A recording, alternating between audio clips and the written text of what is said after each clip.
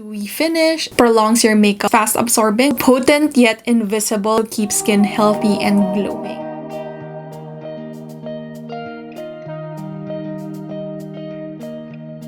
Hey guys, what's up? It's Eunice and welcome back to my channel. So we have another Happy Skin product because they've been releasing a lot of new items or new products that I've been very interested in. I'm sure you guys already know, it's on the title of this video. Rescue Me Sun Gel Primer. It has SPF 50 PA+++ and it retails for 799 pesos. With octyl methoxycinnamate and titanium dioxide as its first key ingredients, like I think it's a second and third ingredient in this product. We do know that it is a mineral sunscreen, so we can definitely use it in place of sunscreen as long as we apply it right amount, which is half a teaspoon. I really like how they emphasize that it protects your skin from blue light because most of us are always in front of not only our personal devices, but if you have like a 9-to-5 job, you're always in front of like a computer that has all those harmful blue light on your face. It has hyaluronic acid, one of my favorite ingredients, which is very hydrating. It also has ceramides that protects the skin barrier to maintain the moisture and suppleness of your skin. It also claims that it's fast absorbing and leaves a non-greasy feeling on your face. It's also potent yet invisible and doesn't leave a white cast, which is something that I'm curious kasi nga medium yung skin tone ko. So a lot of times whenever I use a mineral sunscreen, makikita mo talaga yung white cast on me kasi hindi ako masyadong light. Mukha lang akong light kasi I'm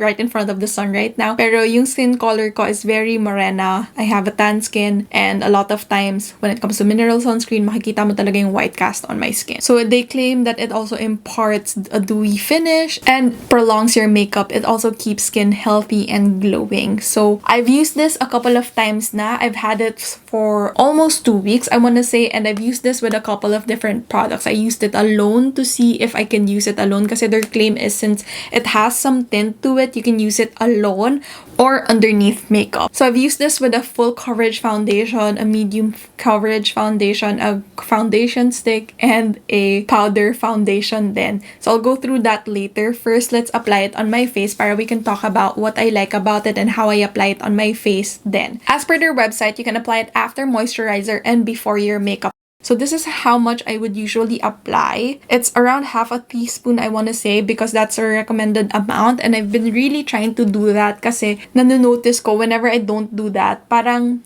nagkaka-brown spots ako. Wow! Ganun kabilis. Wala lang, feeling ko lang yon, and I want to make sure that I protect my skin. So what I like to do is apply a generous amount all over my face and then just blend it out using my hands. So I've tried applying this before na itong sun gel primer lang. But I've noticed how white it really looks on my face. So pag lumabas ako, makikita mo talaga na may white cast siya or ang puti ng face ko na mukha akong ghost. And ayoko nun. So for me, because I do have a medium skin tone, it doesn't work on its own. I always have to apply, let's say, a powder foundation on top of it or a lightweight foundation para mapantay yung skin color ko kasi ang puti niya, as you can see, oh. And even though, nalagyan yung hair ko.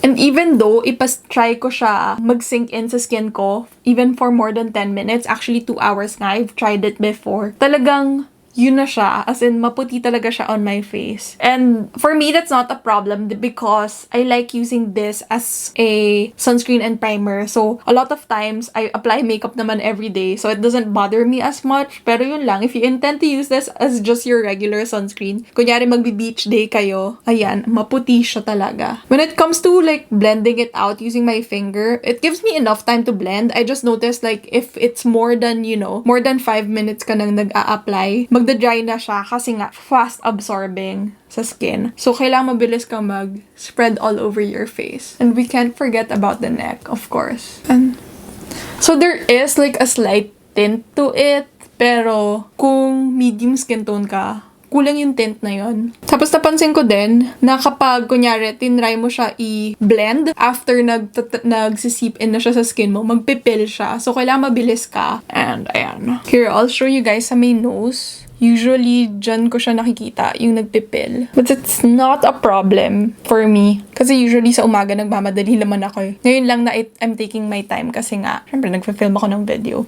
But you can actually see na there, oh, that's really lighter on my skin. I'm gonna let this sit in for like 5 minutes siguro para makita nyo how it will look kapag fully nakaset na siya sa skin ko kasi hindi talaga siya, maputi talaga siya for my skin and I can't use it alone. Here is how it looks like. As you can see, hindi siya mattifying at all. You can see some dewiness on my skin and it's really hydrated. Yung nga lang, maputi talaga siya. Mukha lang siyang pantay because I'm in front of the sun but you can really see if I zoom in kung gaano kaiba yung color niya. It's not as white as, you know, just using a regular mineral sunscreen, pero makikita mo pa rin yung white cast, so hindi enough yung tint. So I would often go for a medium or a sheer to medium coverage foundation. If the lighting changes, guys, sorry, I'm using natural light and paiba-iba yung light ng sun. But anyway, I'm using this Hourglass foundation stick. I like using this with this primer just because I feel like it balances out yung dewiness ng foundation stick na to. And I like to apply a little bit. Ayan, I just want to show you guys how the sun gel primer works as a primer underneath foundation because I've really enjoyed this and like I said, I like skipping steps in my routine. Kung anong pwede kong mapadali, I'll do that. Here, let me zoom you guys in so you can really see how it looks.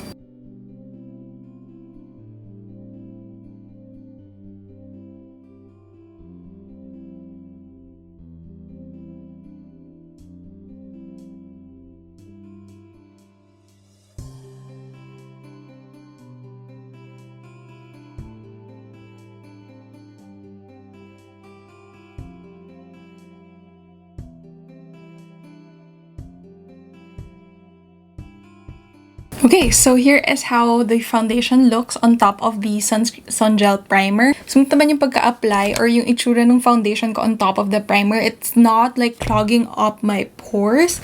I really like it as a primer and sunscreen in one. So what I'll do lang is I'll finish off the rest of my face makeup and then I'll give you guys my final thoughts on this product.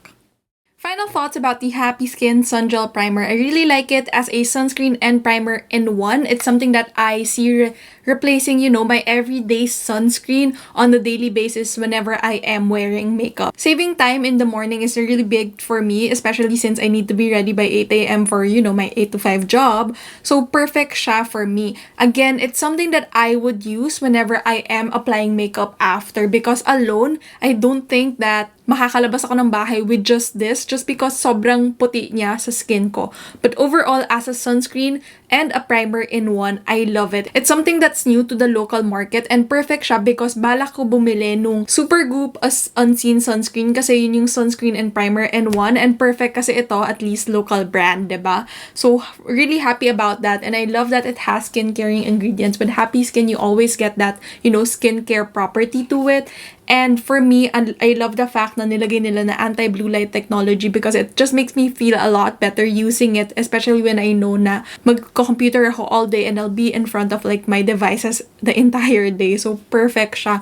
Again, as a sunscreen, it's fast absorbing, it's lightweight, it's not greasy at all. I've used other mineral sunscreens na medyo sticky on my face and for this one, really lightweight, mabilis siya mag-absorb. So you do need to really blend out the product on your skin quickly. Kasi if mag-dry na siya sa skin mo or if mag-seep in na siya, magpipil siya when you try to blend it out. So, dapat bilisan mo lang or gradually apply it. Kasi yung ginagawa ko lagi, diba? Nilalagay ko na lahat sa hand ko. So, siguro paunti-unti mo siyang i-apply. I think that's the best way to apply this kasi nga sobrang bilis niyang mag-absorb sa skin. And then, underneath my makeup, it feels light. Knowing na sunscreen and primer na din siya, so nababawasan ko yung layers sa skin ko or sa face ko, mas gusto ko siyang ganon. And like I said, for me, since I have dry skin, hindi siya maganda masyado pag naka full coverage foundation ako. And a lot of times naman, pag naka full coverage foundation ako, yung lakad ko siguro nighttime, yung may occasion, ganyan na event, na I wouldn't use something like this na mineral sunscreen kasi I know that we'll be taking photos and I'm sure na meron siyang white cast. So ayun, overall, I really love it. The price point is not that bad because again, you have a sunscreen and primer in one. I wouldn't say a little goes goes a long way because with a sunscreen, you really need to at least have half a teaspoon for you to have the protection that you need for your face. Overall, I really love it for someone who has normal to dry skin. I highly recommend applying moisturizer before this para makukuha niya yung moisture na kailangan ng skin nyo. If you haven't tried this, do try it out kasi okay siya, especially for summer, 'di ba? Ayaw natin ng